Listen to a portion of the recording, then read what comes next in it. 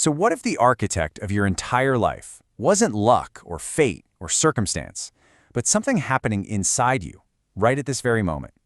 Today, we're diving deep into that incredible idea from the philosopher Neville Goddard, the concept that our feelings literally, and I mean literally, build our reality. It's a simple idea on the surface, but trust me, the implications are absolutely massive. So let me just ask you this straight up. It's a big question. Could your feelings, the joy, the peace, even the anxiety you feel every single day, be the actual creative force shaping the world around you? Now, we're not just talking about positive thinking here. This goes way, way deeper. We're talking about a fundamental power that we all have. And this quote right here, it gets right to the heart of it all. When Goddard says prayer, he's not talking about asking for something or begging a force outside of you. Nope, he's redefining it. For him, a successful prayer is the act of embodying the feeling of your wish already being a reality. That feeling, that is the secret sauce. All right, so let's get into our first section here. We're going to really unpack how our emotions become the very keys that unlock this unbelievable creative power. Okay, here's the crucial piece of the puzzle you have to get. Your conscious mind, the one you're listening with right now, it speaks in words, in logic, in reason.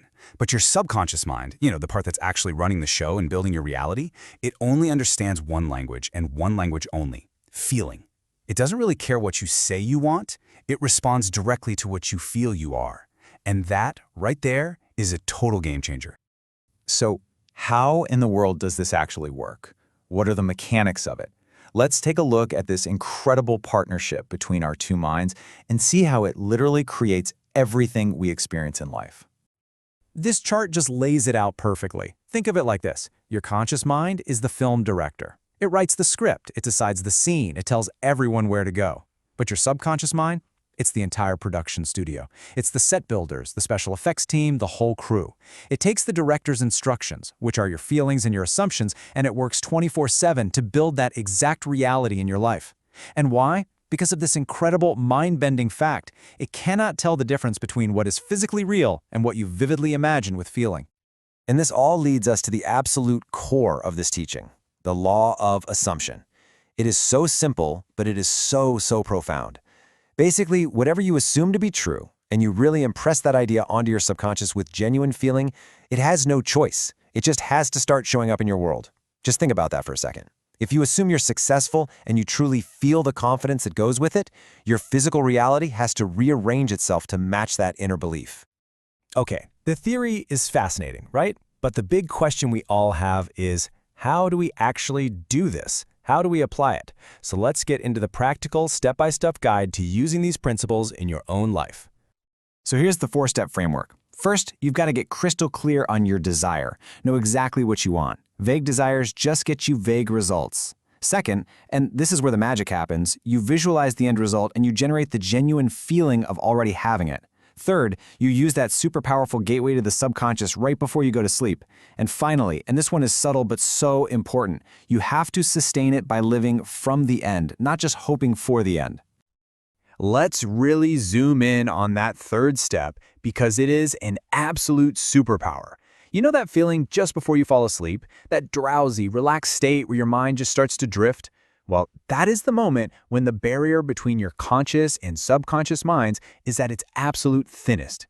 The feelings you marinate in during that time are like seeds being planted in the most fertile soil imaginable. This is your prime time. This is when you want to feel your wish fulfilled. This table gives us a fantastic quick overview. So we've talked about the power of feeling and the law of assumption, but look at the others. Mental diet. This means you have to start consciously guarding your thoughts. You have to stop feeding your mind doubt and worry. Then there's persistence. This isn't a one-and-done thing. You have to consistently and gently return to that feeling of fulfillment. And finally, detachment. This is huge. Once you've done your part, you have to let go of obsessing over the how and the when. You just have to trust the process. And that brings us perfectly to our final section, which is, I would argue, the most transformative part of this whole thing. How to really master this mindset of living from the end, especially when the going gets tough. Okay, I know exactly what you're thinking right now. This all sounds wonderful, but what about real life? What happens when I feel fear or doubt or my anxiety kicks in? What do you do about those little gangsters of the mind that whisper, this is never going to work? So here's the secret. You don't fight them. Fighting those feelings just gives them more energy. Instead, you follow this process. First, You just acknowledge the feeling. You notice it without judging yourself for having it.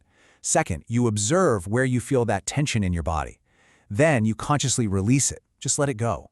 And only once you're back in a calm, peaceful state do you gently reaffirm the feeling of your wish already being true. So let's be really clear here. The goal is not to become some emotionless robot who never feels fear again. That's not realistic. The goal is to get so good at choosing peace that the negative feelings just lose their grip on you. Think of it like this. Peace is the clear radio signal that lets your desire come through. Fear and doubt, they're just static, blocking that signal. This quote just nails it, doesn't it? The internal shift has to come first. We usually have it completely backward. We think, I'll feel happy when I get what I want. But this philosophy says you have to feel better first, and that good feeling is what allows the thing to even come into your life. You have to learn to live in the energy of abundance before you see the physical proof. Let's end on this powerful, provocative idea. This isn't about becoming something you're not. It's about finally accepting that you already are the person you want to be. The only thing standing in your way isn't your past, it isn't other people, it's your own refusal to believe it's true. It's the refusal to feel it right here, right now. So the final question is, what would change for you today if you truly, deeply accepted that?